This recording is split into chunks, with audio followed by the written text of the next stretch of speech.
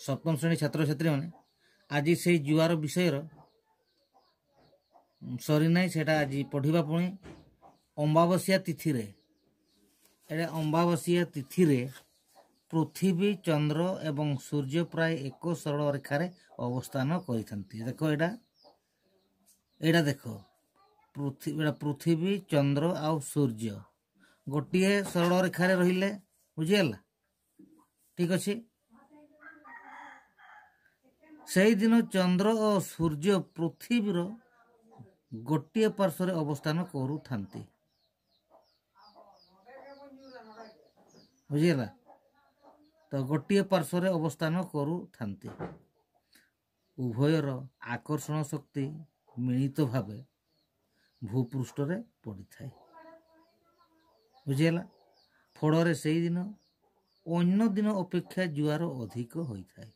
देखो ये फुली उठी जाइए जो चंद्र आड़ को जहाँ जड़ अच्छी आ सूर्य आड़ को जहाँ जड़ अच्छी एटा फुली उठी एटा सेते बेले जड़र स्रोत इे आसी थाए इे आसी थाए जड़र स्रोत एमती तापर जो आड़े कमु थाए सेटा को भट्टा कह जाए आ जो आड़े पानी स्रोत है सेटा है जुआर गुरु जुआर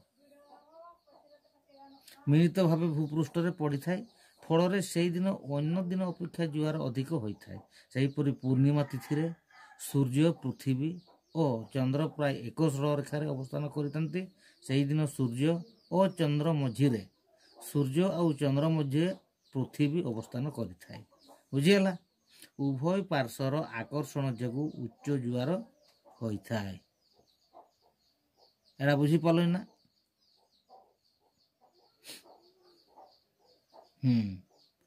पूर्णिमा एवं अमावास्या तिथि रे हेउथिबा उच्च जुआर को गुरु जुआर उच्च जुआर को गुरु जुआर कह जाए। एवं प्रत्येक मासर शुक्ल पक्ष अष्टमी एवं कृष्ण पक्ष अष्टमी तिथि रे चंद्र एवं सूर्य पृथ्वी को केंद्र करी प्राय समकोण रे अवस्थान करते।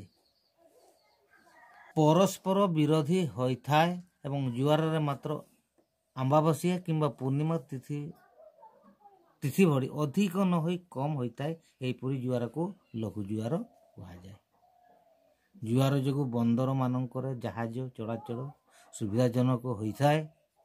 यह व्यतीत माछ धरा तथा उपकूल अंचल ओडिया आवर्जना सफा करिबारे यह साहाय्य करिथाए। ठीक अच्छे। तापरे आज किछि पढ़िबा सामुद्रिक स्रोत विषय किछि पढ़िबा भूपृष्ठर वायुर प्रवाह भली विभिन्न कारणरू समुद्र जल गतिशील होता है। समुद्रर एक अंचल अन्य अंचल को हेउतिबा एही जलप्रपात को सामुद्रिक स्रोत कह जाए। से जल प्रवाह को सामुद्रिक स्रोत कह जाए। स्थल भागरे प्रवाहित नदी सह सामुद्रिक स्रोत को तुलना करा जाई पारे। समुद्र जल एक अंचल अन्य अंचल को प्रवाहित होबार कारण कौन? यार अनेक कारण रही। से समुद्र जलर उष्णतार तारतम्य एवं मुख्य कारण है उष्णतार तारतम्य। आमर समुद्र जल गरम हुए सेटा है मुख्य कारण। विषुव अंचल तथा क्रांति अंचल रे अधिक सौरशक्ति संगृहित होता है। तेणु यही अंचल अंतर्गत समुद्र जलराशि उष्णता अधिक। उष्ण जल प्रसारित हेबा कारण यार आयतन वृद्धि पाए। मात्र मेरु अंचल शीतल जलराशि संकुचित हेबारु जलस्रोत सामान्य ह्रास पाए। जल स्तर रे समता रक्षा करिबा विषुव तथा क्रांति अंचल उष्ण जलराशि समुद्र पृष्ठ रे मेरु आड़ को प्रवाहित होता है। यही प्रकार स्रोत को उष्ण स्रोत कह जाए। उष्ण जल अपसारित होता अंचल उष्ण जल भरण पाई मेरु तथा निकटवर्ती अंचल शीतल जल समुद्र निम्न भाग को विषुव अंचल आड़ को प्रवाहित हुए। यही प्रवाह स्रोत को शीतल स्रोत कह जाए। उष्ण स्रोत एवं पृष्ठ स्रोत भाव एवं शीतल स्रोत अंत स्रोत भाव ପ୍ରଭାବିତ ହୋଇଥାଏ।